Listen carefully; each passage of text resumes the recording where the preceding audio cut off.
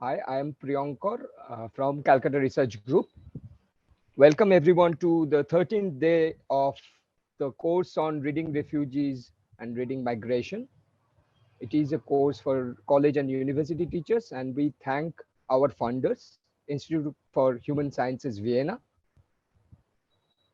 Today we have two classes, two consecutive classes back to back from 6 to 7 p.m. The first class, the lecturer is Professor Subhas Ranjan Chakraborty. It's actually quite difficult to introduce Professor Chakraborty, who is also a teacher for many of us. Professor Chakraborty is currently the Vice President of the Asiatic Society, Kolkata. He is also one of the senior members of Calcutta Research Group and involved in various research activities with CRG. Previously, he taught history in Presidency College and Calcutta University for a long time. His areas of specialization are social and political history of Europe, history of the French Revolution, history of South Asia in colonial period, history of migration in South Asia, history of political movements in North Bengal and also in Nepal. So welcome, Professor Chakraborty. I will hand over the class to you now. Thank you, Priyankar. Thank you, sir. Well, it's a pleasure to be in a, I don't know, what does one call it, a workshop or a course probably on refugees and migration. Well, Priyankar has given a whole lot of specialization to me, but I was primarily a teacher at the undergraduate level, so I'm more a generalist than a specialist. Today's the topic that was given to me by my young friend Dr. Shamata Bishwas was Black Death and Migration. I think it was probably to factor me in somehow in a course on refugees and migration. Now, obviously, the lecture has two parts. One part is Black Death and what it meant for the social, economic, and political structure in Europe during that time, and we will concentrate mainly on Europe with certain excursions to other regions. And the second part is migration.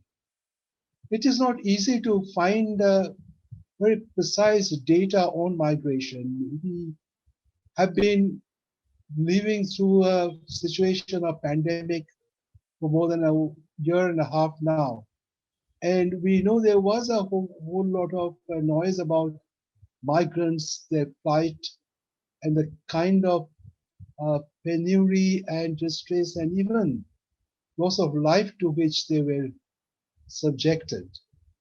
Do we still have very reliable data on the migrants at a time when data and information about people, even private information, is almost a common property for the state and many other non-state players? It is very difficult to find such precise data for migration then.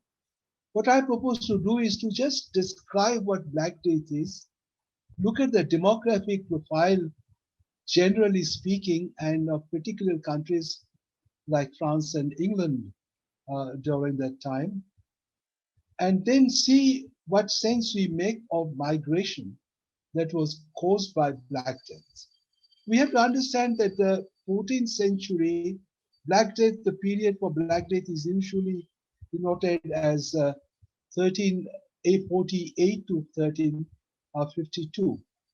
In England, France, Northwestern Europe, partly Central Europe, and certainly where it started in Europe, Sicily through the port of Messina and the entire in the Iberian coast and southern Europe. And it also spread, probably later, after it had spread in Europe to West Asia and even to Egypt. The 14th century in Europe was seen by historians as a calamitous century. From the end of the 13th till the mid-15th century, Europe experienced many difficulties and setbacks which gave the indication of a society in crisis. If one were looking for a symbol of the phenomenon this kind of general crisis, one would probably choose Black Death, the name given to the epidemic of bubonic plague, which ravaged the continent or large parts of the continent from 1348 to 1352. There were recurrences in future, certainly, but plague returned to Europe at that time after a lapse of about half a millennium, a little more than half a millennium. Bubonic plague, it was generally believed, had its origin in East Asia. How did it travel that far? It probably came, this virus associated with Black Death probably traveled from Central Asia through the Italian traders along the Silk Route. There was Kaffa, a port city in the Black Sea, was put to cease by the Tartars. And here, for the first time, as Ranobir Shomadar had written on his early essay on the pandemic in India in 2020, that this was one of the earliest instances of biological death. The city was besieged, and the Tatars soldiers were affected, and they used giant catapults to throw the affected soldiers into the city, so that they could probably get the siege over and capture it.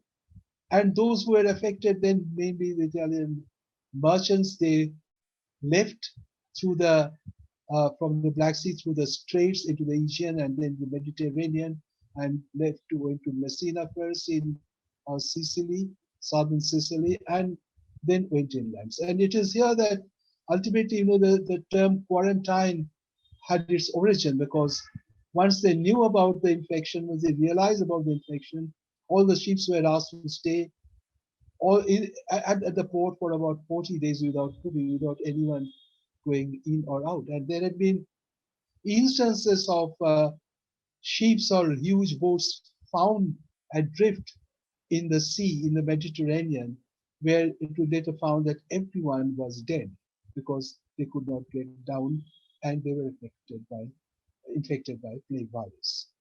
By the autumn of 1347, the plague had reached Byzantium, Rhodes, Cyprus, and Messina in Sicily. Then it reached Venice, Genoa, Marseille by the spring of 1348, Tuscany, and central Italy. The plague raced through Mediterranean, then through normal movement of people, through trade, traveled inland, traveled north to Central Europe, and then traveled west and northwest to Holland, Belgium, France, and finally England, all almost simultaneously with some time between 1347 and 1348. Victims of the bubonic strain developed swellings at the point of the flea bite, and in nearby lymph nodes, purplish blotches or boo-boos followed, and from that the disease got its name. From these boo-boos, it came to be known as the bubonic plague. The disease attacked the nervous system, resulting in almost 50% cases of death. There was another strain, the pneumonic strain, which could be transmitted through the respiratory system and was likely to be more fatal. And probably the more deadly was the septicemic form, in which the bacilli attacked the bloodstream directly, and death could come without showing any symptom. Mortality. One contemporary estimate of the number of deaths is at least 30%. This is the general consensus. It is difficult to have very precise demographic data, but from late medieval period through the early modern period, we have more or less reliable demographic data, and we understand that it varied between 30% and 35% in most of the areas which were seriously or severely affected. Recent research suggests that an identical proportion died in Near East and West Asia as well.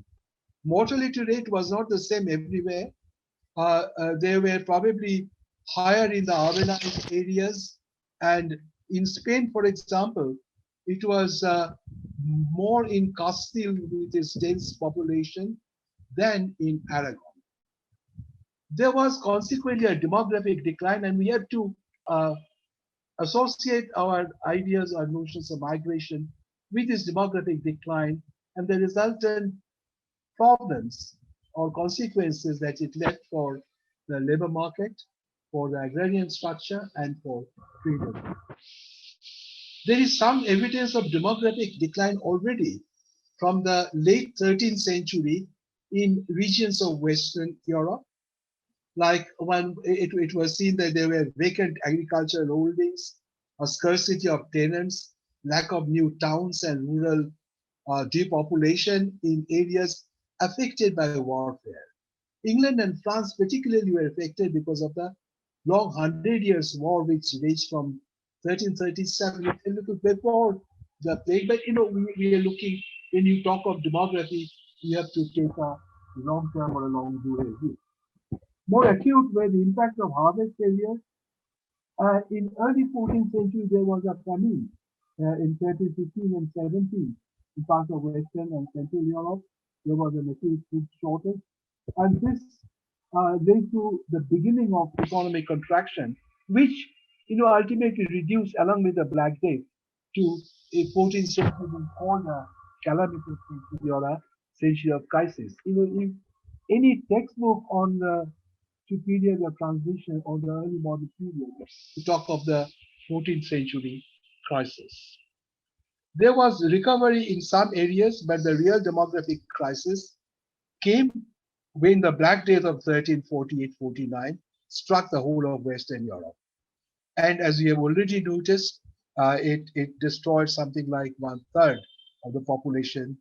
In some areas, were extremely badly affected, but there were certainly pockets which escaped the worst effects. In fact, Bohemia escaped Black Death altogether. Precise figures of population decline are, however, very difficult to determine. But I think what we have been suggesting is a guess that is generally accepted by historians and demographers. That is about between 30 and 35%. That is, there were much fewer in other areas, might be a little more in certain other areas. This would have naturally led to significant depopulation, leading to dearth of labor in both countryside and in the towns. The resultant misery to the majority, particularly the poorer classes, led to violent outbreak of popular discontent. Prospect of material improvement goaded the artisan, the unfree peasant, or the urban pauper to give vent to their frustrations. We'll see later how these were tried to be made by the ruling classes, particularly the states, the states extant then, through controlling the labor, so that the landlords had enough labor to work their land. And there was a struggle that ensued, and we have a whole slew of peasant rebellions in different places in the second half of the 14th century. We shall return to that later. Let's have a brief look at the total population and how it was affected overall, let's say over a period of 100 years. Around 1340, rough guesses the total population in Europe was approximately 73.5 millions. In 1450, it became 50 million. My source is C.N. Cipolla, Fontana Economic History of Europe, the Middle Ages. In France, the Low Countries, British Isles, and Germany, Scandinavia. In 1340, the total population was 35.5 millions. In 1450, it was 22.5 millions. Now, what is the role of disease in this demographic decline? This is a factor that has not been very seriously attended to by the historians or the demographers or epidemiologists, etc. There is very little evidence over a long period. But I think historians have given a a little attention to this, and I think the way history of medicine, history of disease, etc., is progressing, so we would probably is very soon know a lot more about this than we know so far. The plague epidemics were certainly the most spectacular and the best recorded phases of illness. This is a very important point. These were very well recorded. But contemporary chroniclers were more interested in noting that the living were scarcely able to bury the dead. You see, the remained is that there was so much death that people did not know how to manage the dead and to bury them. We have had very recent experience of this happening near our home. So we would probably imagine how it could be in the late medieval or the early modern period. But during the first and second phases of the plague, the chroniclers gave accurate symptoms. There were other diseases at least, but what is the relative impact of them on the mortality rate and demography is something that is still pretty vague. Obviously, such an epidemic and the resultant population loss, resultant death of people, such a massive loss of population, impacted the society. There had been psychological impact. This has been noted by historians greatly. Difficult to specify the psychological effects, but an immediate reaction observed in many places by contemporaries and by historians later was a suspension of conventional values, a certain decline in moral restraint, a certain questioning of authority, and more importantly, of religious truths. To this has been added by some commentators the rebellious spirits that unfolded in a few decades and a spirit of inquiry and development of new medical and intellectual interests. Recently, in a book, an author, probably an anthropologist, he had referred to this as the beginning, the changes ultimately look forward to what is usually known as the Renaissance, which starts from the late 14th century, starts with bloom and flower in the late 14th century. It is difficult to suggest that all these were immediate results of the plague or the bubonic plague or the Black Death of 1347-52. The impact, we must concede, was more gradual and more subtle. The economic impact was even more transparent. One consequence, obviously, was sudden depopulation in certain areas. In such areas, labor became scarce, wages rose, and landlords were temporarily disadvantaged. Government sought to prevent these strains by legislating against peasant mobility.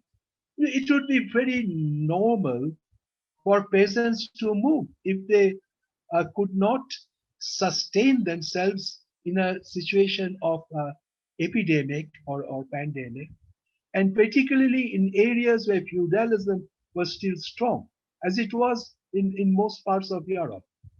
It was in England, we shall see, where the feudal ties were loosening for some time, and there the Black Death had an immediate impact and led to an entire change, transformation in the agrarian tenurial system, which looked forward to the almost to the 18th century as well, with the Industrial Revolution.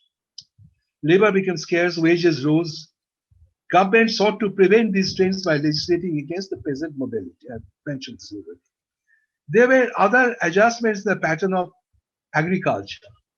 There was urban immigration as well. We will look at the peasant migration and the peasant agrarian situation slightly greater details a little later. Plague provided impetus in many areas to the existing tendencies in agriculture.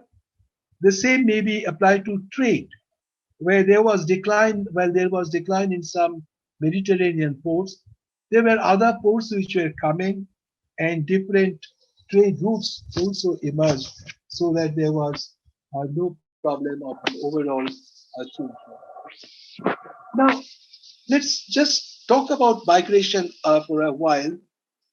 Now, medieval period or late medieval period was seen as more static compared to the kind of mobility that we notice today, or mobility that we notice is let's say from the late 14th, shall we say, or late 15th and the 16th centuries.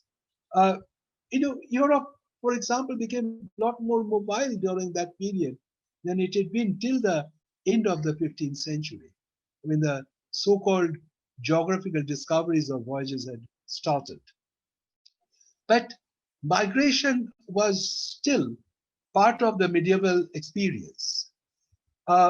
We have the great migrations of the tribes from the Eastern period. That's started around the 5th century AD.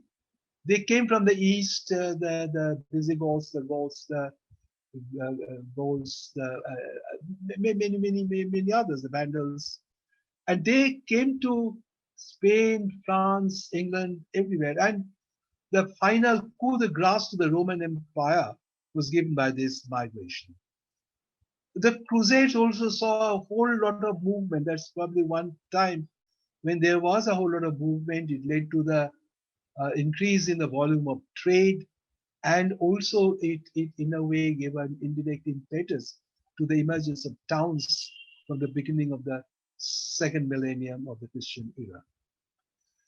The number of invading Germans in Spain, for example, was seen by historians around 20,000 over a period of a century or more. And there is one estimate that says that around 429, the early 15th century, 80,000 Vandals had moved to Africa. So there were massive examples of migration with very serious impact on the future of the areas where the migrant population converged.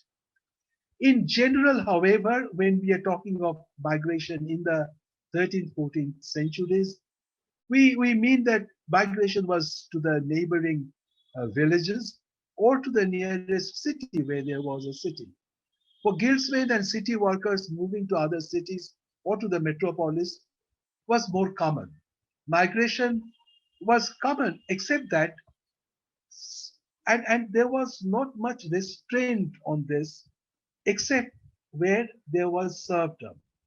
Serfdom actually tied the peasants, that is feudalism, the feudal system, tied the peasants to the land, and they had to give labor, free labor to the landlords. There were various kinds of labors though. In England and probably other places, the serfs might leave the manors with permission. It was possible. And some, of course, simply fled. We might understand this, the early beginning of the urban revolution in the late medieval and early modern period in Europe meant that the towns, when the charters with which the towns were established very often, had the provision that if you lived in the town for a year, you were a free man. So, this was by itself an incentive to migration. The migration, which was, result of a flight from the manor or the estate of the landlord by the peasant or the peasants, maybe in a group. If they managed to hide in a town for 1 year, they would become free men. The landlord would not be able to get them back. And therefore, there was migration, but again, the incidence and the precise figures of this is very difficult to come by. Hard times and famines understandably would force migration. Thousands died, we understand, in 1316 famine in Bruges and Ypres. A crisis was seen, a very serious one, again after the Black Death. Let us look at France to begin with a little bit. Black Death killed about one third of France's population. It continued sporadically till the mid 17th century, with some locality experiencing the plague more than others. By 1450, France had reached a demographic trough. France had a very serious demographic problem in the 19th century. But till the 18th century, France did not have otherwise any demographic problem that could inhibit its growth and progress.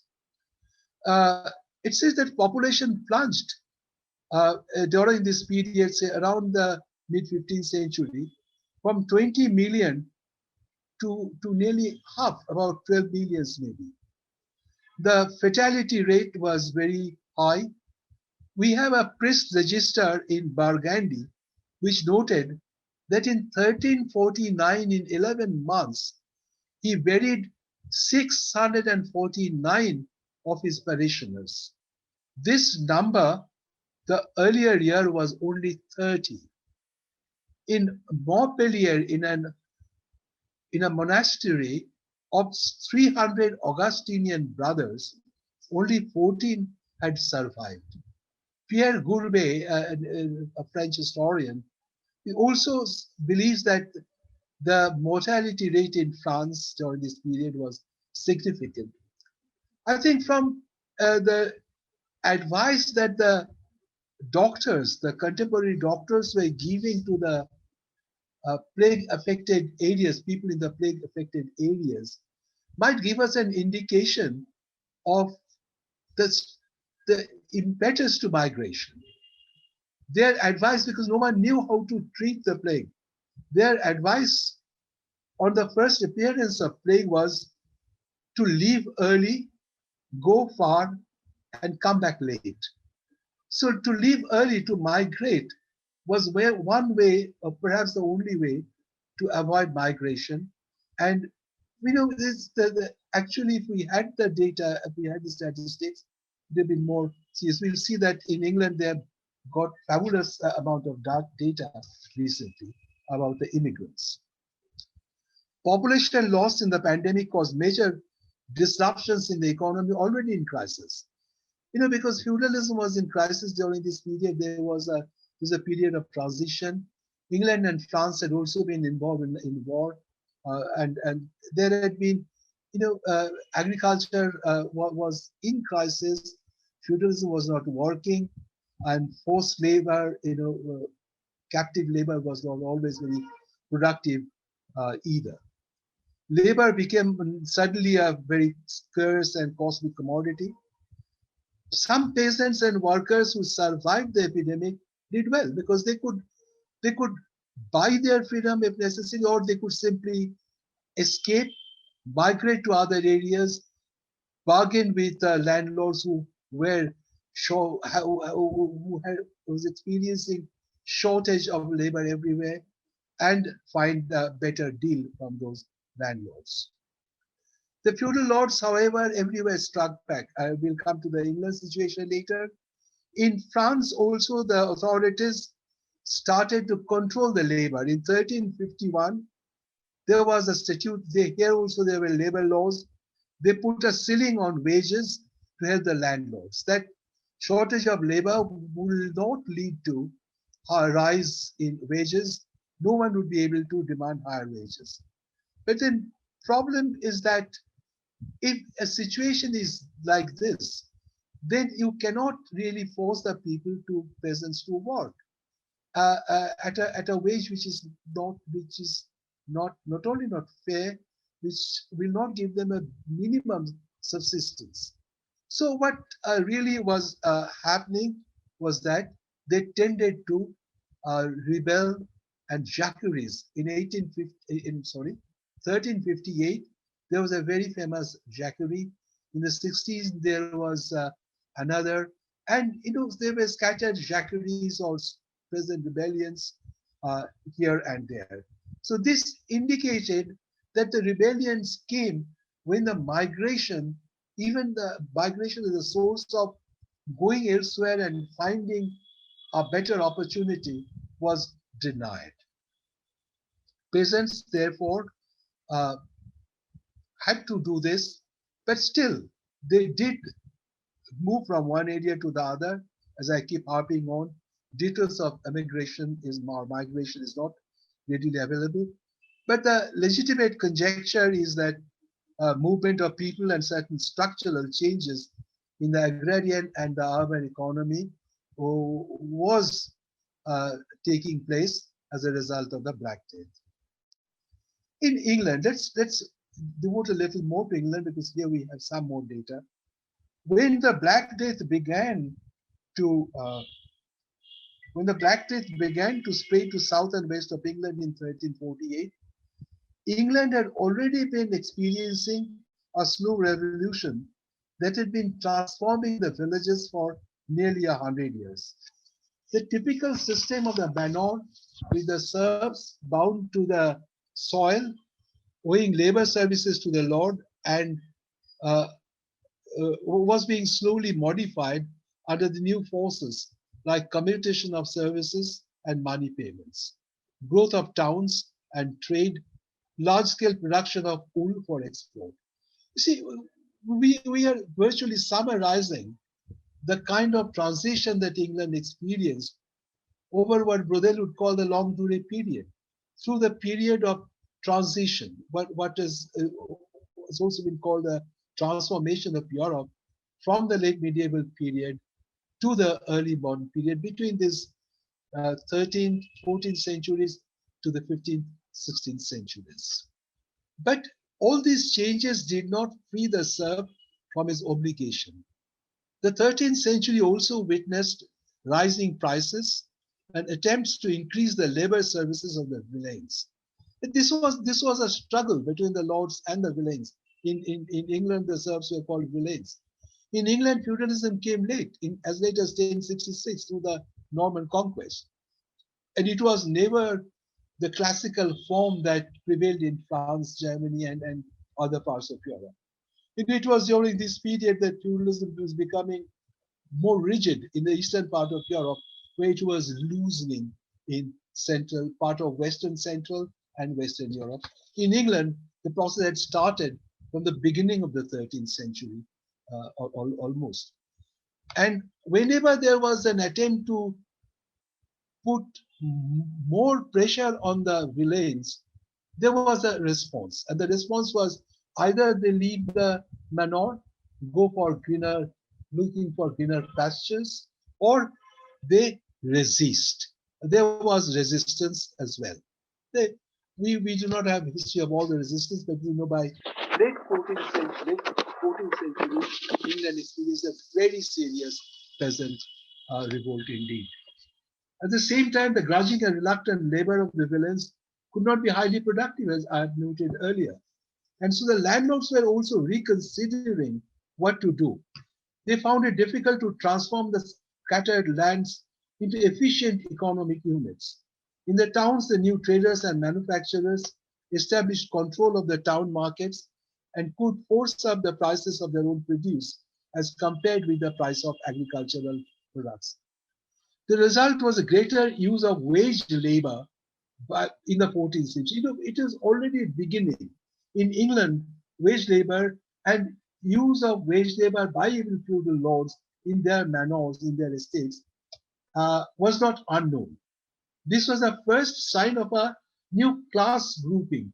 In England, this is what is happening. I'll return to this later, but let me just mention that, the tenurial system was changing. And in the feudal system, you have the lord and you have the vassal, the serf or the villein, whatever you call it. But gradually there were other intermediary people emerging. Like first, you have the tenant farmer. It didn't suddenly fall from the sky. There was the gentleman farmer, the gentleman, and there was the wage labor.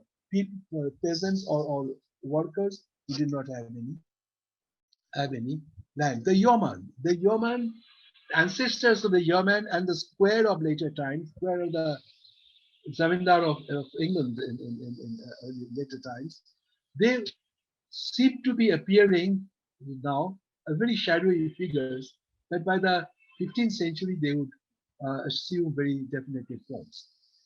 The process of commutation progressed irregularly and unevenly. Commutation was another way of freeing the serf, that you commute your labor services by a money. It could be a quit rent, it could be a regular payment, it could be a one-time payment. And in certain areas it was happening, but it was not everywhere. It was irregular, it was uneven, if we take the whole country as one unit. And also it depended on the size and the situation of the estates and the time. Further, some services were commuted, but not all. There was something called boon labor. This was free labor to which the Lord had access. And this continued for some time, but ultimately the tenant farmer would be free of this. The change was effected without much friction, and this is important to see because it was a natural process. This was happening over the whole of the 13th century into the early 14th century. The structure of the manor was being modified. Commutation did not only involve the creation of a rent-paying peasantry, that in place of labor, you pay a rent and you become an independent tenant farmer, but it also spawned a new class of wage laborers, as I have noted. But we must understand that the classes were not differentiated as yet. These were all very vague about the chefs that we talk about for the moment. Between between the say mid 11th and the mid 14th century, in England, the population had grown from about 2 million to about 3.5, almost doubled. And it was a very significant rise in the late medieval period. But before 1348, there were already certain ominous signs of change. The drain of long war was felt, checking the rise of population and depressed the standard of living. And the war then combined with the decline in agricultural prices to end what was for some time a boom period. Now, it was this kind of England into which Black Death came and accentuated the development and touching of many latent antagonisms in the countryside. However, when one talks of the effect of Black Death, it would help to remember that it was part of a whole complex of change which was transforming England in the 14th century. I think this is something we must remember, that obviously Black Death did not come into a vacuum and was not leaving a vacuum. It left all sorts of impact. But England had been changing and they had to factor in the Black Death into this process of change. Black Death certainly accentuated the process of change. The first outbreak of England was around August 1348, the place called Malcolm Regis. It spread to East Anglia and the Midlands by spring, and then to Scotland, to Ireland, to other parts of England. And like all epidemics, it was peculiarly deadly. The death toll, as we have noted earlier, was about 1/3. In England, we are told by A.L. Morton, there were at least 1/3 of the villages that almost perished. There were villages, large number of villages, which were without any people, particularly without any peasant mostly. Whole villages were wiped out actually. 2/3 of the parish clergy in Norwich, for example, died, and 1/3 of the barges in Colchester, half the population of Leicester. These are some of the figures that we have. The disorganization of agriculture was complete. Fields were, this is the result of Black Death. Fields were unsown and unreaped, and prices doubled in 1 year. The rise in prices led to a demand for higher wages. The laborers were in a slightly advantageous position and could dictate terms for the moment. This is where we find the struggle, the conflict in the agrarian sphere, whereby the old structure was being threatened almost with a kind of a finality, that the old structure would find it very difficult to sustain. The parliament started passing the Statute of Labor in 1350. This is the first one. Parliament was dominated by the landowners, and therefore there was nobody to talk of the peasants or the villeins. Not many villages had already become, or some villages had already become tenant farmers. Now, the Statute of Labor, what did it do? It was trying to control labor. He said that all persons able in body and under the age of 60 will be required to work. If they are asked to work, they have to work, or else they would go to jail. If a workman or servant departed from service before the agreed time, if there was an agreement, the agreement has to be fulfilled. If he departs, he tries to escape, he will be put to prison. Old wages have to be accepted and nothing more is demanded. And if anyone demanded more wages, he could also be sent to jail. But it is one thing to make a statute, another is to make it work. The statute of 1350 did not work. They were reenacted in 1357 and 1360. Three different statutes of labor in one decade, with more severe penalties increasing. That did not help as the Lords had to accept higher wages, or otherwise land would remain untilled. The peasants who had commuted their services earlier, were fortunate to have commuted them earlier, found that the value of the payment they had agreed to had virtually been halved. So they were in a better situation now. It was because of the rise in price. The Lord sought to force those who had stayed the frequent back to labor. The Lord were forcing them to back to labor. Right? It was very difficult. And they found themselves without labor. Those who were insisting on old terms and were trying to use force often found them not succeeding. It is here that we come to Migrants. Their fugitive serf was liable to pay any penalty to court. But there was not a great deal of possibility of this. And this is what Morton really thinks. That after the beginning of the back race, particularly the impact was very clear. Then there was breed of possibility. People thinking that the kind of put on person. And because the chances of being ostracized and the chances of basing their lot elsewhere was certainly better.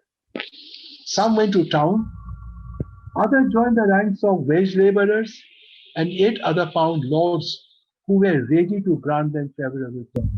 We have to think of internal migration. People move from north to south, from east to west, and vice versa. They were moving and wherever. For example, a village which had been only partially affected. If people found it unbearable and moved to another area where say, entire village had perished, or 80% of the people had died, then the Lord would obviously be able to be willing to give a better way, give a better, the better terms. So they were moving, whatever the parliament says, whatever the lords in some places try to do, they were moving. They were moving right across Europe. We don't have the very specific data for this, but it was clear. The old village community in which families lived generation after generation upon the same land began to break up, and a migratory class of laborers and peasants moving from one job and holding to the next arose.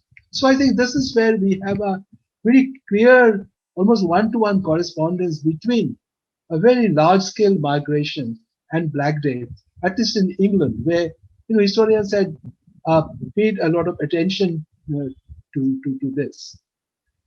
But obviously, the lords would not have accepted this without seeking to control them with the help of the state power. The attempts to counter the effects of the plague or by coercion on the part of the lords by and large failed.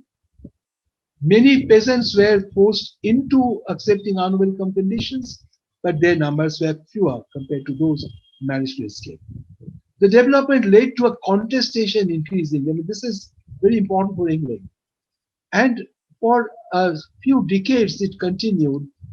A new class was, a new kind of peasants were seeking to leave the old life in the villages. They were obliged to do this, and it was a natural process. It's been happening from the late 12th through the 13th and the early 14th centuries. Peasants' villages were becoming tenants gradually. It was not yet. I mean, it was not the major phenomenon yet, but it was happening.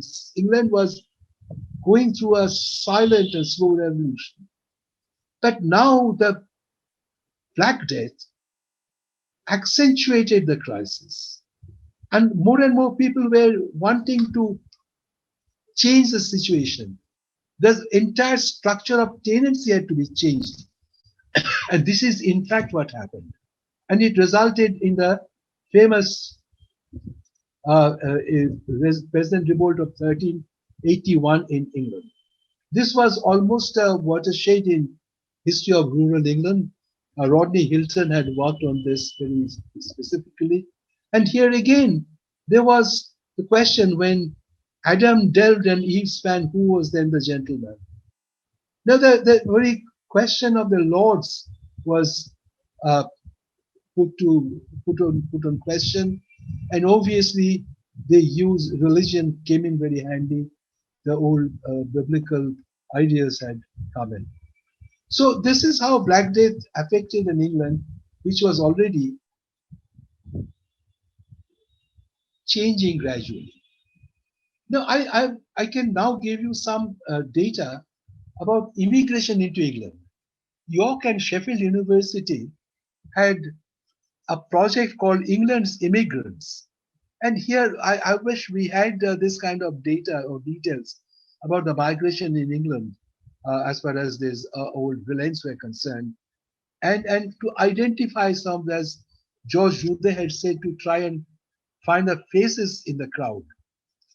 Now, Professor Mark Ormrod is the project director, or was the project director, and he says that there had been a whole lot of people arriving from parts of the British Isles and from mainland Europe.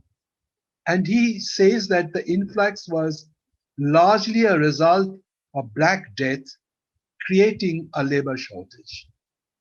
He says it happened between 1350 or 1340s and 1350. I'm sorry, 1550 for about 200 years. This is what the period they have studied and found data for. And as a result, we have a very major situation of change. He said, I'm quoting him, quote, "We must remember that for a century or more after Black Death, the population of England was very low and there was plenty of work available." Now, this is the result of a survey and the data which is the result of their research. So people were coming from all across Northwest Europe and also from farther afield, as well in search of that work. England was a magnet for immigrants in this period because the conditions and the wages were relatively good in comparison with back home. The first outbreak of plague we have seen 1348-49. Now, this database, I'll give you certain very interesting examples. In 1450, they found names of 14,500 individuals who were immigrants when England's population was approximately 2 million. We have some names. First, the number of gold weavers and goldsmiths that come from Flanders. Now, we know that the weavers had come from Flanders in large numbers, and many of them later settled in East Anglia. From Flanders, they were listed as well as servants brought back by aristocrats from the English-occupied France at the end of the 100 years. But that was around the mid-15th century. They brought them later, but obviously they started early. And here we have another, this is something almost, some of these people who had arrived in England, their names and surnames are changed. He Ormsby says that John Frenchman is the name in the whole of the database. So he is a Frenchman and John, the old Johnny. So John Frenchman is a, so there are many with this name. And lots and lots of people who later had first names as Baker, Brewer, Smith, or Cooper would actually be descended from immigrants in the Middle Ages who were given a name when they came into the kingdom. The three Flemish weavers from Dis in Belgium lived and worked in St. Ives, and John Lamens, this is the name, a goldsmith from Antwerp, lived in Bristol. Sir John Montgomery in Essex had 5 foreigners working in his household in the 1440s. Walter, a minstrel from Germany, settled in London in the late 15th century with his entire family, including his mother, wife, sons, and daughters.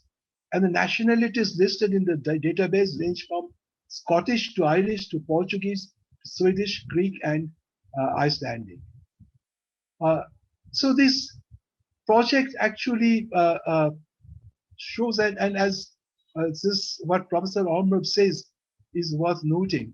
He says, I'm quoting, England's immigrants project transforms our understanding of the way that English people and foreign nationals of all levels of society lived and worked together in the era of the Plantagenets and early Tudors, that is, up to the early 15th century.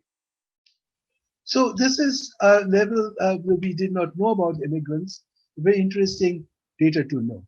And finally, I've referred this in the reference. Stuart Bosch and Tarek Sabra, they had talked about this in Egypt and West Asia. And the talk of the route of infection. There's one historian says that the infection spread not by a single trajectory, but rather in multiple directions on the sea and over land.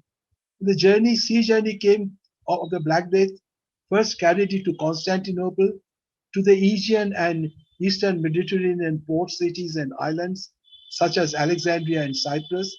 The infection also seems to have spread southward along the eastern shores of the Black Sea into the Caucasus and the Anatolian Peninsula, and farther south into Syria. By the spring of 1348, the plague had come to Syria, and even Battuta had long time before reported that it had gone to Homs and Damascus, Baghdad, Mesopotamia, and finally it struck Egypt and came to Cairo in the winter of 1348-49. And we understand that Egypt had a whole lot of people dying, particularly these two researchers who talk mainly on mortality. And through mortality, they are trying to look at the migration, particularly from the rural to the urban areas, particularly the villages. And they said that Egypt had something of a Cajun geography, bounding effect of the desert within and context of the Nile part fertility. Cairo would have exerted a larger gravitational pull of the rural refugees. They came, and Egypt in Cairo was probably the area where there was the maximum kind of mortality, and obviously migration from different areas and maybe from areas beyond Egypt, because the whole of West Asia and Egypt had been affected ultimately almost at the same time. But it was a backflow of the bacillus from Europe to West Asia, the Near East as they would call them, and Northeast Africa. Thank you. I've given us short book list. I hope that would help. If you agree, we can take the questions now. We Please, already have some questions. Please. So the first, Shomotadi commented something and then asked something. So Shomotadi, will you start? I just had my comment was about how this is indeed the prehistory of what we are living through right now. Right. And everything that you have talked about reminds us of what we have lived through over the last 2 years. But my question was more particularly about how, when we are learning about the changes in communities in England uh, as a both a gradual movement, but also as a result of what is happening during the Black Death, do we also see women's positions in these communities change? That is my question.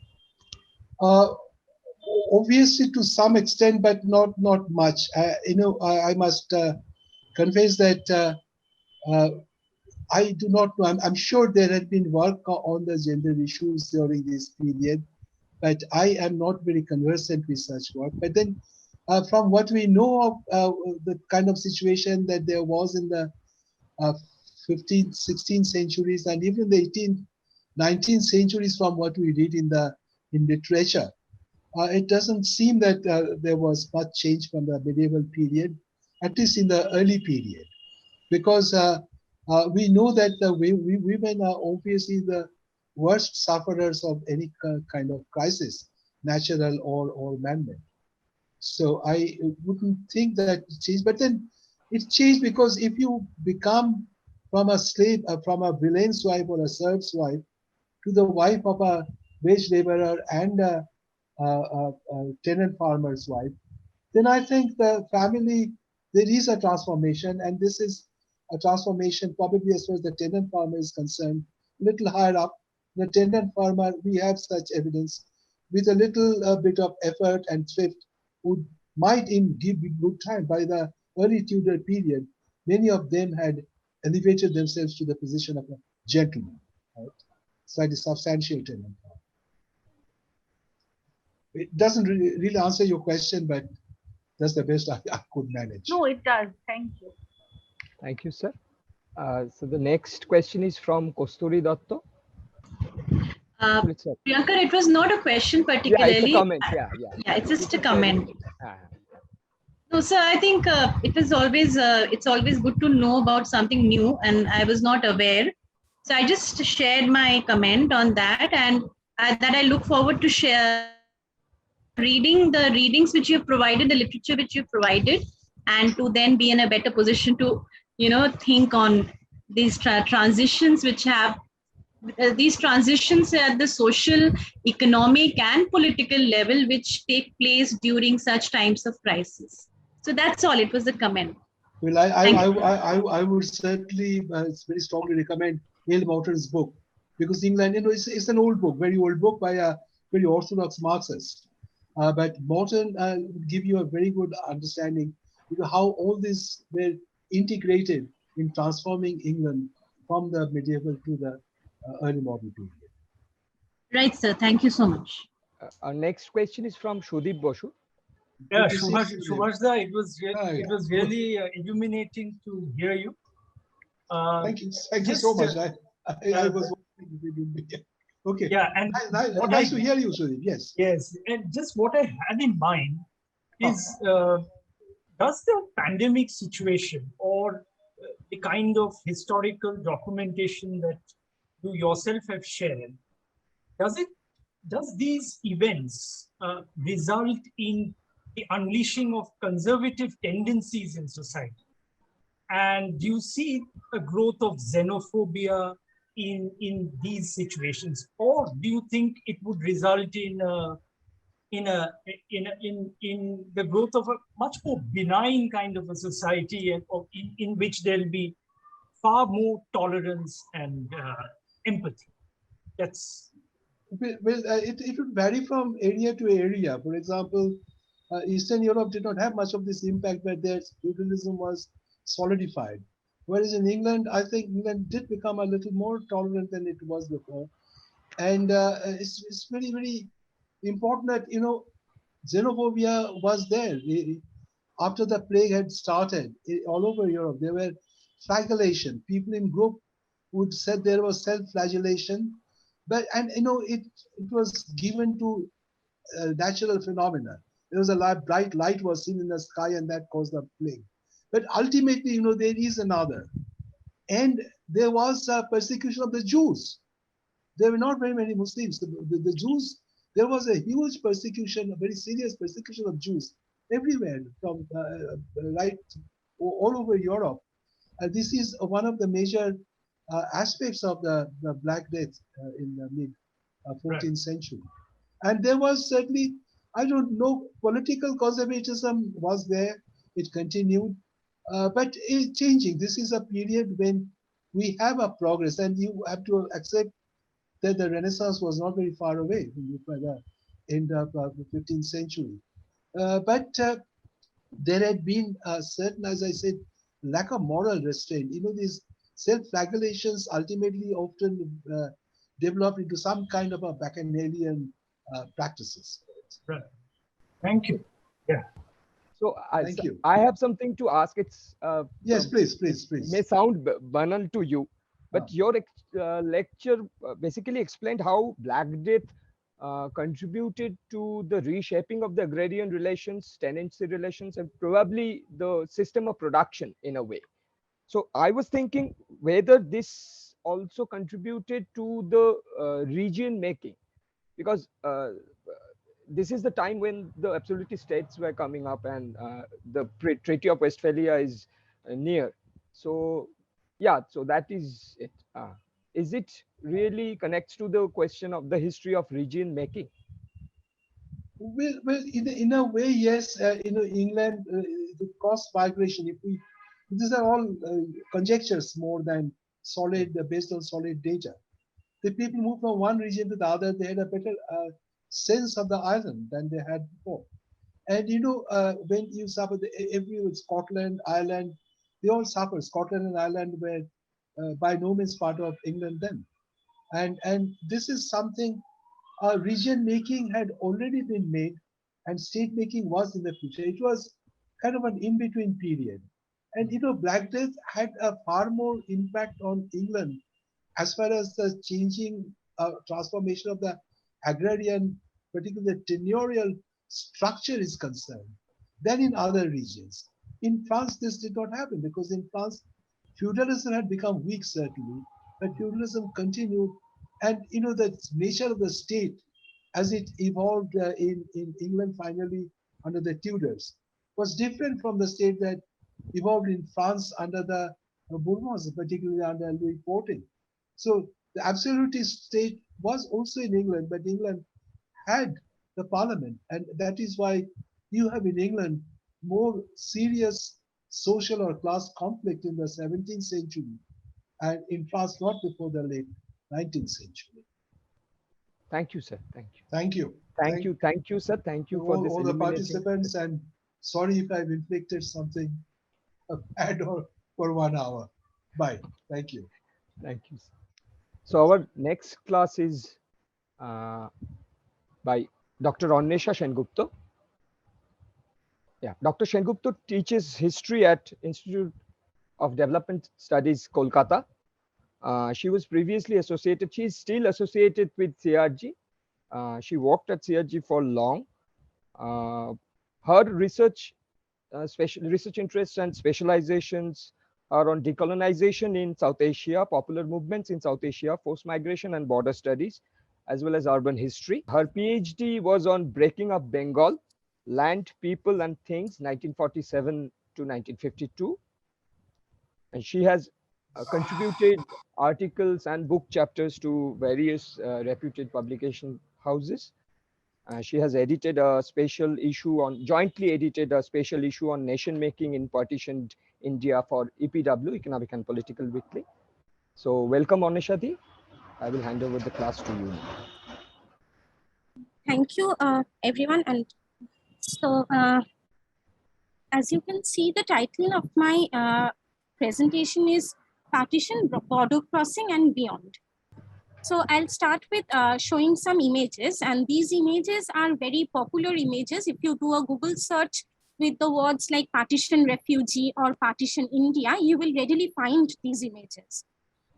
These images, I think, encapsulate the dominant understanding of partition migration, that is forced mass migration between India and Pakistan caused by bitter communal conflict in the wake of partition. In this class, what I'll do is I'll complicate this understanding. I'll try to critically interrogate these ideas: forced migration between India and Pakistan caused by communal riot between Muslims and Hindus/Sikhs during partition. So I'll try to complicate this understanding. First, I'll start with the word forced. And the first question that I have in mind is, who forced? So the most common understanding is people left home during partition because of communal violence. Indeed, and this is correct. Indeed, partition was preceded and followed by a series of communal riots across the subcontinent, making the religious minorities insecure and forcing many of them to flee to areas where their co-religionists were numerically stronger. So before partition happened, there were the Calcutta riots of August 1946, followed by Noakhali Tepera riots in Eastern Bengal in October 1946. Then almost immediately after Noakhali, Bihar riots happened. And after Bihar riot, the epicenter of violence moved to Punjab. And the summer of 1947, in the summer of 1947, Punjab was engulfed by massive communal violence. Then in September 1947, it was Delhi which witnessed communal violence, and then Sindh in Pakistan was also site of major communal riots. Between 1947 and 1949, Bengal was relatively, East and West Bengal was relatively peaceful, but from December 1949, East Pakistan and then West Bengal became again sites of major widespread communal rioting. Then in 1964, another widespread riot affected the Hindus of East Pakistan and Muslims of Eastern India. In between these major long-drawn and widespread communal rioting, there were sporadic incidents of violence and localized riots that forced millions to move. But in writings of many scholars, we see it was not only the majoritarian violence that pushed people out of their homeland. And first, I'll discuss the works of two very important feminist scholars, Urvashi Butalia, three important scholars, Urvashi Butalia and Ritu Menon Kamla Bhasin, who brought paradigmatic shift in partition studies by drawing our attention to the gendered experience of partition violence, they indicated how particular state policies forcibly uprooted women from their family and homeland. So let me elaborate this point of in Punjab, communitarian violence during partition had a distinct gender dimension. It suggests that from 25,000 to 29,000 Hindu and Sikh women and 12,000 to 15,000 Muslim women were abducted, raped, forced to convert, and forced into marriage to someone from different religion during the summer and monsoon of 1947. On December 6, 1947, amidst this chaos, India and Pakistan signed an agreement to quote-unquote recover those women who had been abducted by the men of other community and to rehabilitate them in their quote-unquote native places. By native place, India and Pakistan did not mean birthplaces, but Hindu and Sikh women recovered from riot-torn areas of Pakistan was to be sent to India, and Muslim women recovered from India were to be sent to Pakistan. Now, they would be ideally restored to their own families, but in case the family was unwilling to take her back, she would be taken to a government facility. On December 31st, 1949, a bill was passed in the parliament following the spirit of this agreement. A bill was passed in the Indian parliament following the spirit of this agreement. It was named Abducted Person Recovery and Restoration Bill, and it covered Indian Punjab, Rajasthan, and Delhi. Similar bill was passed by Pakistani parliament as well, covering West Pakistan, particularly Punjab and Sindh. The recovery initiative continued till mid-1950s, and the women who were recovered, all these recovered are within quotes, and were not given any scope to express their opinions. Many of them, when recovered, were already married and settled, sometimes married to their abductors and or to someone else. Some of them even had given birth to children by then. They often did not want to leave this family in the name of being recovered. To them, being recovered by the state was nothing but being uprooted from their family for the second time. When the officials brought them to their quote-unquote native places, often their families did not accept them, considering them as impures, and they ended up in government facilities. Thus, these women were forced by the state to leave what they had accepted as their families by then and to travel to the opposite side of the border. The people in power did not think the concerned women's opinion was important in this entire initiative. The bilateral agreement actually categorically mentioned, I quote, "the wishes of the person concerned, that is the person to be recovered, are irrelevant, and consequently, no statement of such person should be recorded before the magistrate." So Urvashi Batalia and Ritu Menon Kamla books were both published in 1998. A decade after, another magnificent book was published that drew our attention to bureaucratic violence as a cause of displacement of the religious minorities during the partition times. This book is written by Wazira Fazila Yaqub Ali Zamindar, and it is called The Long Partition and the Making of Modern South Asia. In this book, Zamindar highlighted a particular act known as the Evacuee Property Act, and which was introduced by India and Pakistan, first for Punjab and then for Sindh, Delhi, and United Provinces. The original intention of this act was to protect the properties abandoned by the fleeing religious minority because of the communal riot and to restore the properties to them upon their return. However, from Zamindar's detailed research, we see Evacuee Property Act became an instrument for eviction and displacement of the Muslims in Delhi.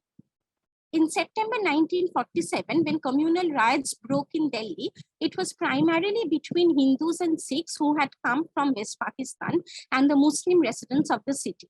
Muslims fled in large number. They took shelter in camps set up by the government in Purana Killa and Humayun's tomb. Occupying the houses of the Muslims became the key feature of this violence. According to figures quoted by Zamindar, 44,000 Muslim houses were occupied in Delhi by the refugees by October 1947. Hindu or Sikh refugees occupied abandoned houses, but they also made the Muslims leave in some cases and then occupied their houses. Amidst this crisis, the Evacuee Property Bill was introduced at Delhi, and the post of custodian of evacuee property was created. He was responsible for looking after the abandoned houses till the Muslim owners came back. Meanwhile, he could also allot these houses to the incoming non-Muslim refugees for the time. Since most of these houses were already occupied by non-Muslim refugees, this clause basically gave a sanction to this occupation. Simultaneously, the Relief and Rehabilitation Department had notified that no refugee would be evicted by the police unless an alternative accommodation was provided to them. This made the return of the Muslims from Purana Killa and other government camps to their original homes particularly impossible. Simultaneous to this, the government also made another intervention. It marked Muslim zones in Delhi, which was these were pockets in northern Delhi where the custodian was not allowed to allot the empty abandoned houses to non-Muslim refugees. These empty houses, these were Muslim-dominated areas, and when a Muslim family left any house in this area to move to Pakistan, this house was kept empty by the custodian and only allotted to some other Muslim from other part of Delhi whose house had been occupied by a non-Muslim refugee. Muslims living in the government camps and camps at Purana Killa or elsewhere, if did not want to go to Pakistan, were allotted houses in these Muslim zones. Not only this, the custodian's office often encouraged the Muslims of the mixed localities to shift to Muslim zones, saying that their life was under threat. Police would not be able to save them unless they moved to Muslim zones. Of course, the houses they got in Muslim zones were not equivalent to their own properties, to the properties they left behind. Often they had to share houses with other families and experienced extreme space crunch. Moreover, The custodian was given the power to identify intending evacuee and allot his or her property to non-Muslim refugees, and thus forcing her to move to Pakistan or to Muslim zone. The onus was on the Muslim individual to establish that she had no intention to migrate, and this was an immensely difficult task. If she had a family member in Pakistan or she had visited Pakistan, her name could be on the list of intending evacuee. The government of India and Pakistan introduced permit system in 1948 and then passport in 1952 to keep an eye on the cross-border movement of the religious minorities. And this is how they policed their movements. Both these acts, one is this Recovery and Restoration and Recovery and Restoration Act, and then this Evacuee Property Act, where these were acts introduced by the government which actually displaced people. So what I'm trying to say is that when we are understanding partition migration, we need to focus not only on the majoritarian violence, but we need to understand what Zamindar says, bureaucratic violence. We need to bring in state in this conversation. From Zamindar's work, another point becomes evident, and that is, not all partition migration was about crossing the international border. It involved internal displacement as well. The Muslims who moved from Sabzi Mandi, Karol Bagh or Paharganj to Purana Killa and then from there moved to Pahari Imli, Pulbangash, Phatak Habash Khan and Sadar Bazar did not cross borders, but they were forced to shift their residences because of partition. Similar to Delhi, as Joya Chatterjee's work has shown, and I have also looked at this, partition triggered internal migration of the Muslims in West Bengal. Within Calcutta, Muslims moved from mixed areas to areas like Park Circus, Rajabazar, Khidirpur. From southern Bengal, Joya Chatterjee has shown that there was a general shift of Muslims towards the northern Muslim majority district, border districts like Malda and Murshidabad. Most probably because being near the border gave them some sense of security. In case of riots, they could easily cross to the other side. So this is the other point, that while talking about partition migration, we need to talk of internal displacements as well. And while we are talking about states' role in displacing people and about internal displacement, there is the third policy that becomes important to discuss. And this is known as the dispersal policy. It was specific to West Bengal only. So I'll talk about this policy briefly.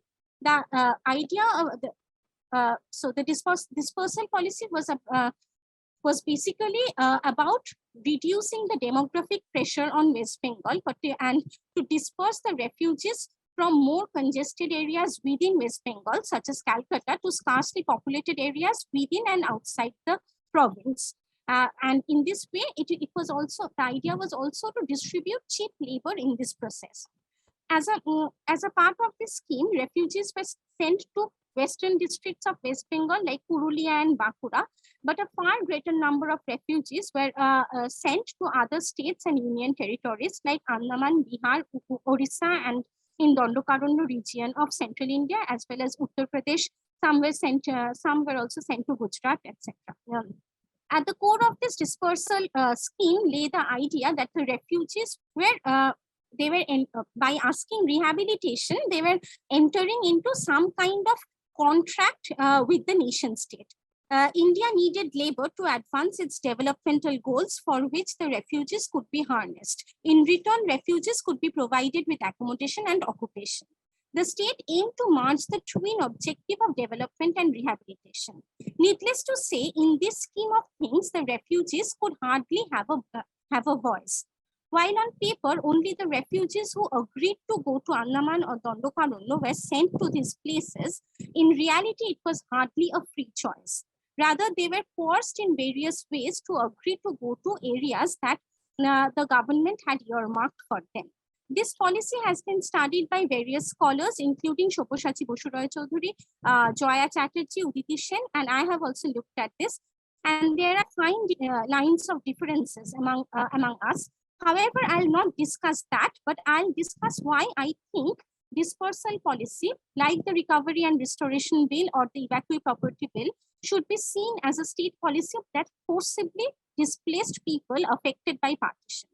I'll discuss three cases. First is the case of Andaman, then the case of Bihar and Orissa, and then I'll discuss Dondokarno. So yeah. So this is so first the case of Andaman. This is I'm discussing this chronologically. With Andaman started the government's policy of dispersing the refugees. Andaman received the first batch of refugees in March 1949. This was a colonial policy actually. From the colonial government was also keen to exploit the resources of Andaman, and the government of India was also very keen to expand agriculture in Andaman. But the problem in Andaman was that it did not have enough people that the government would use as laborers for its schemes. So when the refugees started pouring in from East Pakistan, the government of India, and actually it was West Bengal government's plan, both government of West Bengal and government of India saw in these refugees who were expert agriculturalists, saw in these refugees an opportunity to carry on their Andaman plan. So what they did is that from late 1948, they started toying with this idea of sending the refugees to Andaman. But Andaman required only agriculturalists, and the government and Andaman authorities was both of them were very clear about that not everyone, not any refugee could go to Andaman. It was only the authentic agriculturalists who could be sent to Andaman, And this was very carefully, the authorities very carefully selected the refugees. So the process was, you can, in various camps, the people were asked to enroll, enlist themselves, the refugees were asked to enlist themselves for going to Andaman, and among them, the authorities would select the ideal refugees. And who were the ideal refugees? Generally, in Bengal, there were particular castes who were cultivators, and only particularly Nomoshudras and Pondrokotriya and some other castes were sent to Andaman. Andaman practically did not have any upper caste refugee. And even after reaching Andaman, if the officials at Andaman found some of the men useless for the needs of the island, they were sent back. So there were cases of, from the first batch, 2 carpenter families were sent back, for instance, because the carpenters were not needed at that point. Similarly, in 1953, we learned that three families were sent back because they were seen as not agriculturalist type. Troublemongers were sent back. By troublemongers, the government meant people who, after going to Andaman, tried to mobilize other refugees and and made further demands on the government. So 2 troublemongers were, quote-unquote troublemongers, were sent back from Andaman in 1952, if I'm not wrong.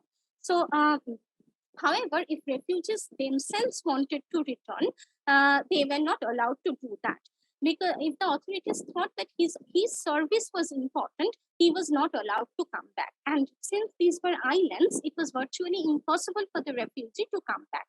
And only government-run ships were there, so it was practically impossible. If the government doesn't give you permission, it's practically impossible to return. So in a way, though one may say that it was government only took people who were willing to go to Andaman. First, it was a very limited choice because the refugees who were staying at camps, the option was more like between fire and the frying pan, because the condition of the camps was horrible. Camps were horrible. But and after going to Andaman, since their mobility was so restricted, since they did not have the option of coming back, this I would argue that it was a very limited choice, and that is why I think we may read dispersal scheme as a part of forced migration. And this element of force will become more pronounced with other schemes. So in 1950, So the government started the dispersal scheme with Andaman but from 1950, the government started sending refugees to other provinces as well, and which included Bihar and Orissa. In 1950, actually, West Bengal witnessed the maximum refugee flow because of a widespread riot, the riot which is known as February riot. And in 1950, 1.17 million Bengali Hindu refugees came to West Bengal from East Pakistan. So the government, the Bidhan Rai government said that this cannot be West Bengal's responsibility alone. And what they did was they tried to prevent all of them to come to Calcutta, because according to the government, Calcutta was already very congested and more people, and it was impossible to accommodate more people in Calcutta. So what they did was that they stopped the trains and the steamers, these two border stations, Bonga and Ranaghat, and from there they sent the refugees to this camp, Bihar and Orissa. And refugees were not given an option. So unlike Andaman, where there was some element of choice, because initially the refugee had the option to enlist himself. In case of Bihar and Orissa, no such choice was given.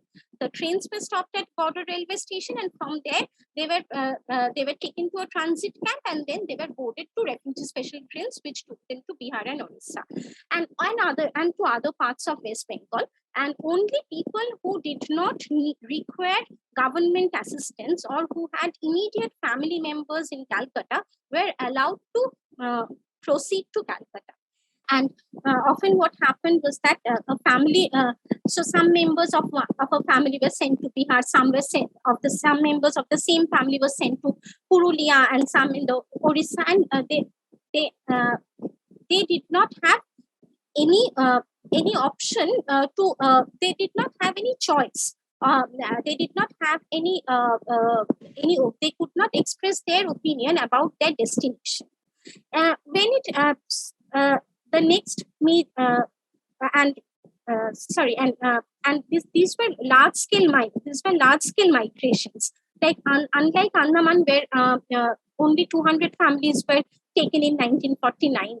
In Bihar and Orissa, I think at a go 19,000 refugees were taken, and in Bihar 25,000 refugees were taken in 1950.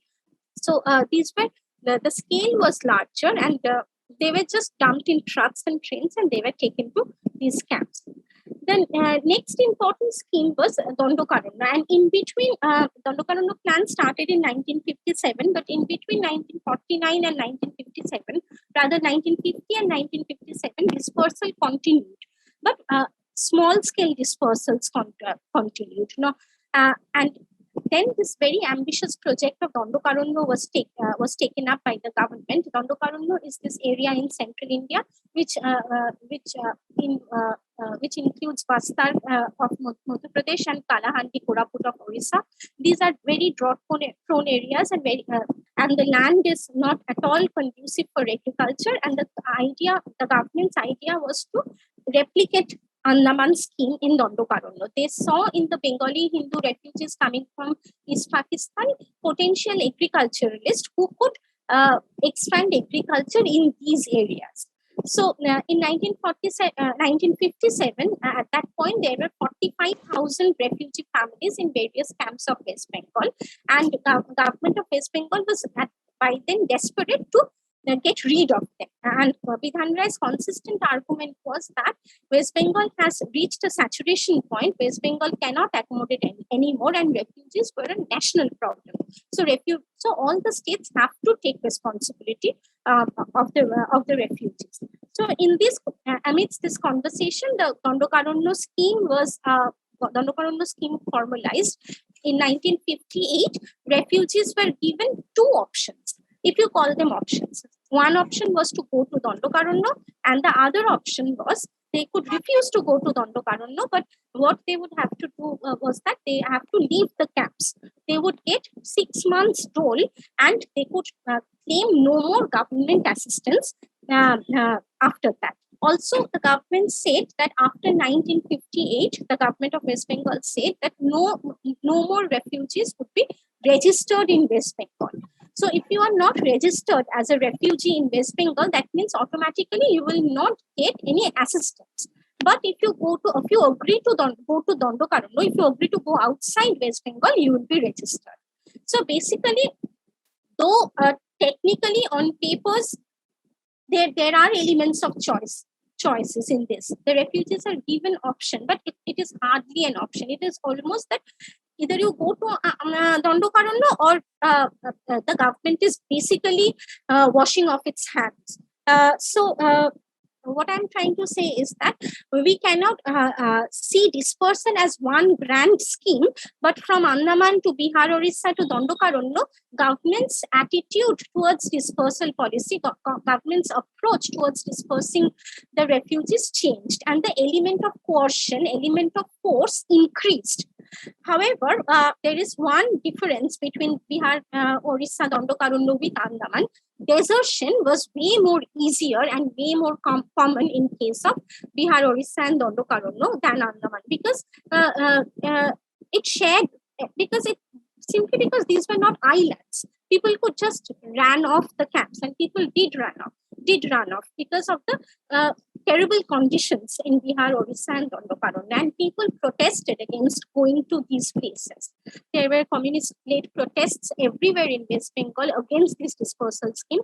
However, the government carried on with this scheme.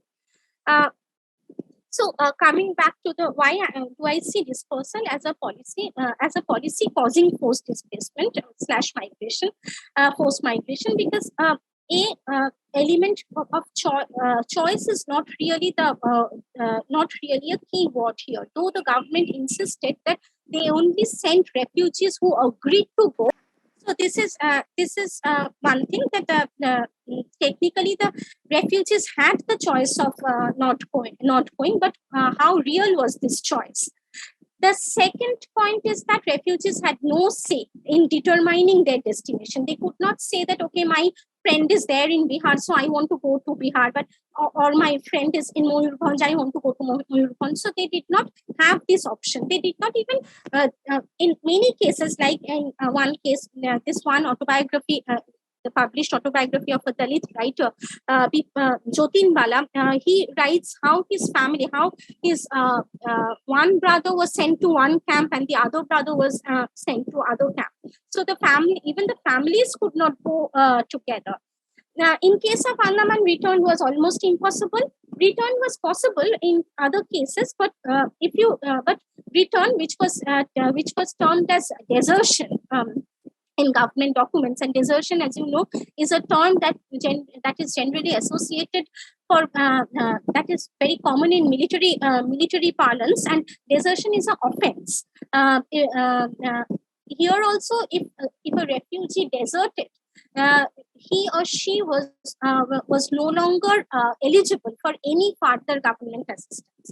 So if you leave the government facility, if you die in the government facility, and people died, I mean, even if you die, you are supposed to stay there. If you leave, that then it is your fault. Then you are not you didn't adjust enough, you didn't work hard enough, and so it no longer your government's responsibility. The third point is, and this is something that I'm taking from a lecture that was given in CRG some years back by Peter Burgess. I don't know if the pronunciation is right, Peter J. Burgess. And there he talked about belonging, the idea of belonging, which is, he said that it is central to understand the idea of forced migration. So I think this is very central to understand the debate that went in West Bengal, this idea of belonging, because the government said that how does it matter whether we send the refugee to Bihar or Orissa? They do not belong to West Bengal. They are refugees. They have come from a foreign land to West Bengal. They are footloose people, and we can send them anywhere where we need them and where we can accommodate them better.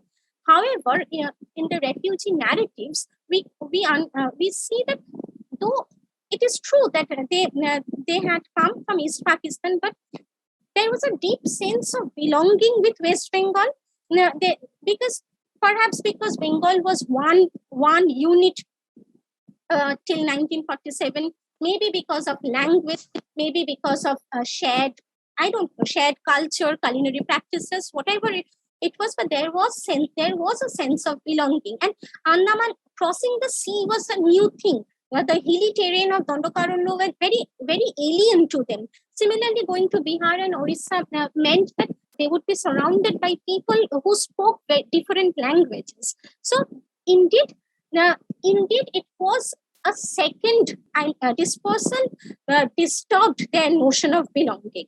So in that sense also, if I borrow Peter Burgess's formulation of post-migration, it disturbed their sense of belonging. They were forced, that is why I think we should understand dispersal as forced displacement, as forced displacement.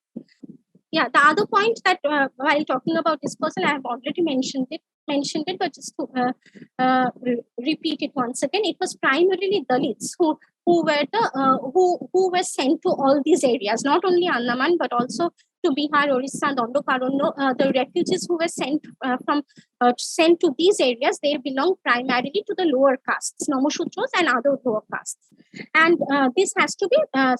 This is again the second point. Dispersal is also dispersal needs to be seen as internal migration, and this brings me to the point that I have already mentioned, that partition migration is not about crossing. It's not only about crossing the Radcliffe line. Rather, for many people, it was the first of many journeys they would make as migrants. It was very common for a person. It would be very common for a person to cross the international border, to stay at camp, and then to go to Bihar or Orissa or Dandakaranya, then leave that place and to come back to West Bengal, only to go again somewhere and try their luck. So if you read particularly Dalit narratives like Monoranjan Bapari's narrative, you will see how people kept moving from one place to another place. So yeah, so this is the this is the other point that I wanted to make. So the one point that comes out, I hope that I have been able to convey this, that the experience of partition differed from people to people belonging to their caste, gender, and regional locations. Two articles that three articles that I have circulated talk about this different experiences of migration. One is Ravinder Kaur's article, and the other is Joy Chatterjee's article, and the third one is William Van Schindel and Mehbooba Rahman's article. So what Ravinder Kaur and Joy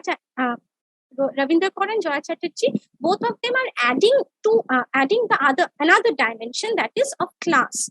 Ravinder Kaur's article, I find that article very interesting, where she studies transports. Her focus is on Punjab, and this is perhaps common knowledge, but I should have said it in the beginning. The migration pattern in Punjab and Bengal were very different. In Punjab, there were total exchange of population, and it was between 47-48. The entire migration happened between two Punjabs, and from 48 onwards, practically there was no migration as such. Even from Sindh to people left by early 48. But in Bengal, it was much more protracted process. It started from 46, but it continued for decades. And Ravinder Kaur is studying Punjab, where she's studied the transports that people used while leaving Pakistan, Punjab, West Punjab for Indian Punjab. And she says that the dominant imageries that we have of partition migration, of people traveling through bullock carts, people traveling by trains. She's saying that who could afford which transport depended on their class position, and B, also depended on their location. I mean, your transport shaped your migration experience. So someone, the elite class of Punjab, they actually flew to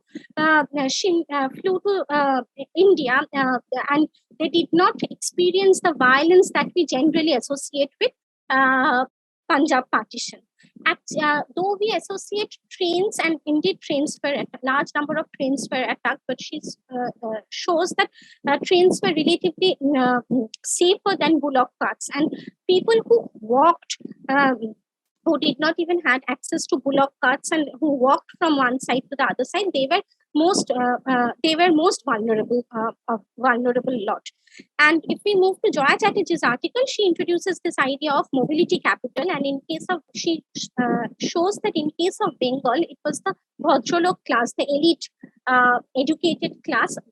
She says that people who have certain assets which you can carry from one place to other, be it education, certain transportable skills, be it money, education, they are the first people to migrate. And it happened in case of West Bengal that it was the educated Bhadralok class who had these transportable skills, contacts, and they were the first group of people who migrated from East Pakistan to West Bengal. And Dalits who were mostly agriculturalists, and as you know, land is not a transportable asset.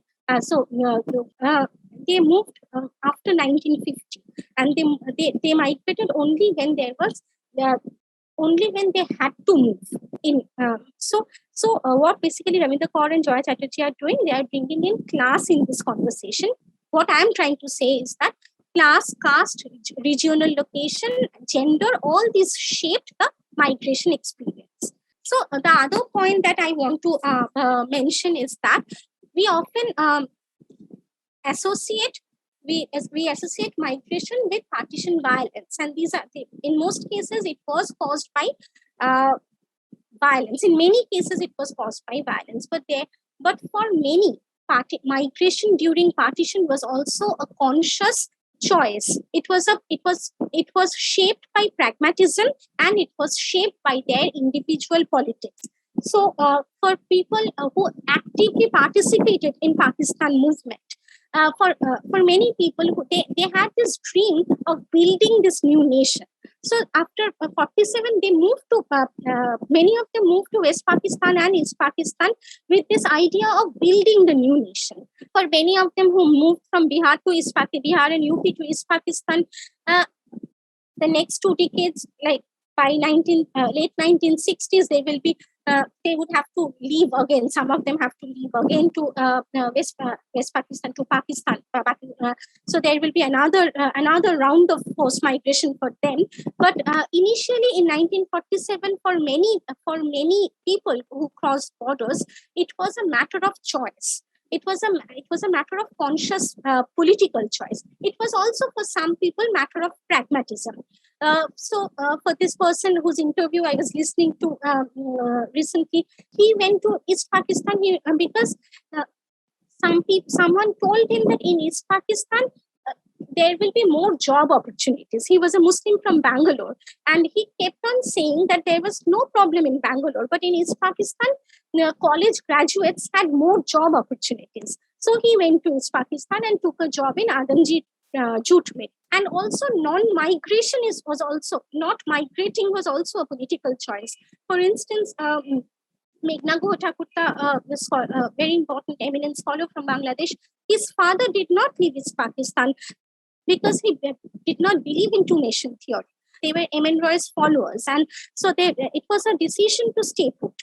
Similarly, many called nationalist Muslim in this part of the in this side of the border, for many Congressi Muslims, not moving to West Pakistan, not moving to Pakistan was a political decision. So this is another point that we need to keep in mind, that not all migration during partition was can be associated with violence, with communal violence. And the last thing that I want to mention here is that some of the Communist Party members in West Bengal, like Nivedita Nag, Nepal Nag, they actually moved from West Bengal to East Pakistan.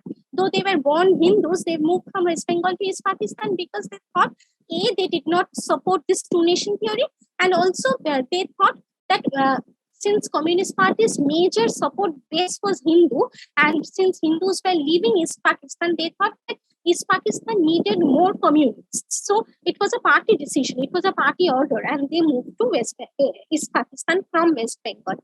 They came back later, but initially they did this opposite migration, opposite trend. So this is another point that I wanted to make.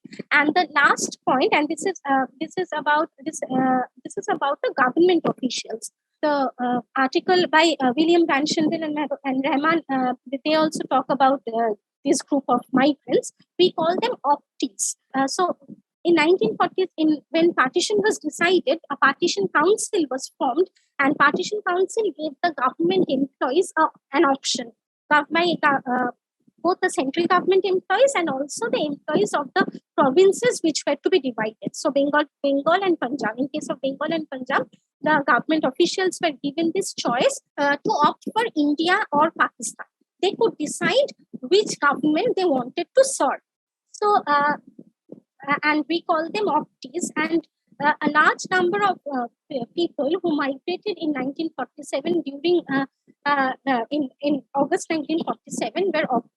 Their experiences was absolutely different from the refugee experiences. So we have this dominant figure of refugee, but what I'm trying to who was displaced by communal riot and majoritarian riot, and what I'm trying to do is that I'm trying to add layers to this particular figure. The optees were another group of people who migrated, but they cannot, they were not part of, they could not be clubbed, they should not be clubbed with the refugees. People who were in the army, they were also given they were also given similar choices, slightly limited choices, but that is not very relevant here, so I'll not go there. So this is what I wanted to say, and I can talk about everything what I said. I can elaborate upon if there are questions. Let me take some questions at this point, or if there are clarificatory comments or anything, and then I can come back. Thank you, Anwesha, for excellent presentation on the complicated and complex patterns of these multifaceted movements which born out of partition. So I will ask, because we have some time to spend on the discussion. Dr. Anindo Sen, I will request you to unmute yourself and please share your observation with Dr. Sengupta. Yes, thank you, Dr. Sengupta. That was actually a very good lecture. Actually, you covered, towards the end of your lecture, you covered more or less all the points that I was trying to make. Just a couple of things. One is, yes, class was very important, class and caste. Number one, and number two, as you said, that the experience in the western border and the experience in the eastern border are not the same, because migration in the eastern border continued till 71 massively, and is actually, to be honest, is still continuing. But there is another point, another aspect, which I came across in my limited experience. I have a couple of recorded experiences where such migrants are actually telling me, and I'm talking about lower caste migrants, who are actually telling me that they are, and they migrated early. They migrated when, at a point when there were still camps and government was helping around. And they're telling me that it is fortunate that the partition happened, and the partition and the migration that ensued actually gave them a chance to a new life, because on the other side of the border, they actually had nothing. They did not have any land. They were landless workers. And once they migrated here, they were considered as refugees and they were given land, etc., and considerable amount of land on which they can live. Very different experience among people who were sent to Andamans and people who were sent to Dandokaran. Dandokaran was a nightmare, as we all know, but documentaries, a couple of documentaries of people who were sent to Andamans, seem they are pretty happy, seem they have flourished there and succeeded there, and they're grateful that they were sent to Andamans. Just two observations. Yeah, so about the Andaman Dandokarunu thing, yes, Dandokarunu was a failure, but in hindsight, Andaman is a success. And the second, third generation of generation refugees, they say that they are happy that they have come to Andaman. And this is actually Uditi Sen has written on this. She has a chapter in her book Citizen Refugee. There is a chapter on this where she has documented these second, third generation refugee narratives. And yes, and there are, Uditi hasn't looked at this, but there are reasons why Andaman was successful and Dandokarunu wasn't, and Bihar Orissa was not. But yeah, but we can talk about this later, and because this will take the conversation to other direction. And about partition as an opportunity, yeah, I haven't come across any narrative of Dalit refugee who saw partition as opportunity. Actually, many people see partition as an opportunity, like various groups of people. So women, there's this whole literature around how women, after coming to West Bengal, they took up jobs. This trauma and the trans kind of literature coming out of partition, Rajika and Chakraborty and Vasudha Bhakti and others have written on it. And also, there many many Muslims who migrated, who saw this migration from India to Pakistan as hijrat. They also saw partition as an opportunity. Not only yeah. So yes, that is there, and that is very important. Which in the Indian nationalist historiography, we are taught to see partition as a moment of crisis, and individual narratives complicate that. Thank you, Dr. Anindya Sen. Thank you, Dr. Sengupta. So next is Moushumi Datta Pathak. Actually, ma'am, your presentation was very good. But being from this part of the country, Assam, I expected a little bit you would speak about the Assam, because when you spoke about the eastern borders, Assam was absolutely left out. That is one which I think so for constraint of time, definitely there is certain problems. That is one thing. Secondly, I had many questions, but there is a much constraint of time, so to speak about it. But one very important thing I would just want to ask you is, how did you differentiate between optees and refugees? Because, my experiences in this work was that in the Eastern, I'll be talking about Assam only. When you speak of optees, from Murari Chand College, from the railway sectors, people were given chances. They came as optees. But, in this part of the region, they were also considered as refugees. So where does that difference between optees and refugees comes in? That question, I have a very significant question about that. Thank you, Shumi. Yeah, I apologize. Not constraint of time, but also constraint of knowledge. I haven't worked on Assam myself, and as you know, partition historiography initially primarily focused on Punjab, and then it moved to Bengal, and most of the existing literature is on either on Punjab or Bengal. Though this is not an excuse, there are very good work on Assam. I should have talked about, and Assam is such a complicated case. Assam complicates this narrative so much that actually it is actually I do not know very well, and that is one reason. So it's not only time; it's my lack, and I completely agree. So Northeast, we should talk about Northeast and partition, and we should, So I'm sorry for that. And the other thing is about optee and refugee. It is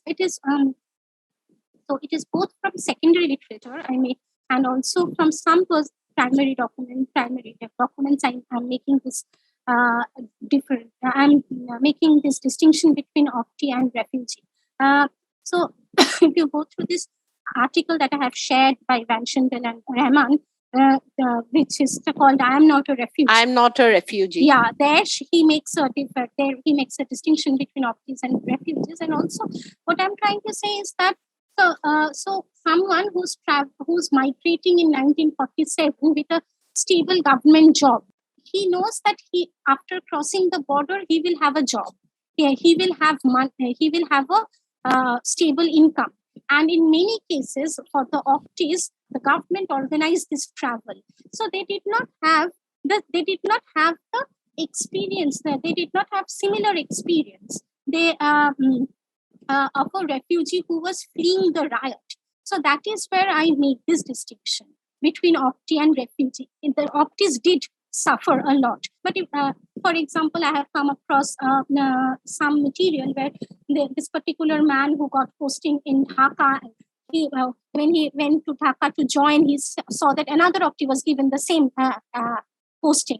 And then he was shifted to Chittagong only to learn that there is another person who was given the same posting. So for 6 months, he continued to travel from one place to another. And for 6 months, he did not have money, did not get salary. So the papers were lost in this journey. So they did suffer.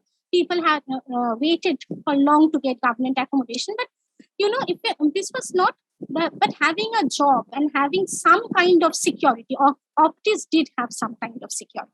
That is how I'm making the difference. And optees, as mentioned and others have said, that optees often did not see themselves as refugee.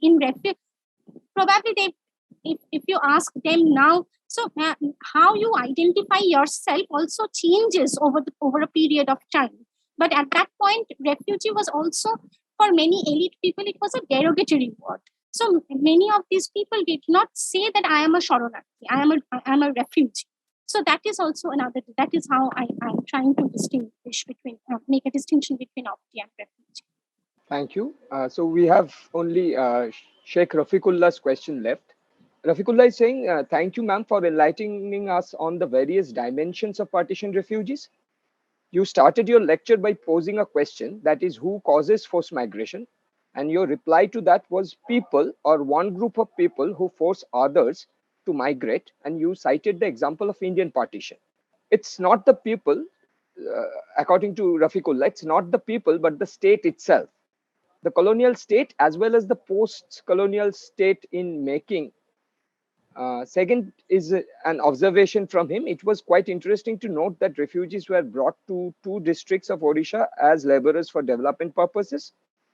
Today also Kalahandi and Koraput is one of the most backward districts of Odisha due to frequent drought and poverty, and is also known as the migration belt of the state, as most people migrate to states like Kerala and Gujarat as laborers. The point is that migrants were brought in and now people are migrating. Yeah, so second point is more of a comment. The first thing is that, I was actually trying to say that only, that we need to bring in state.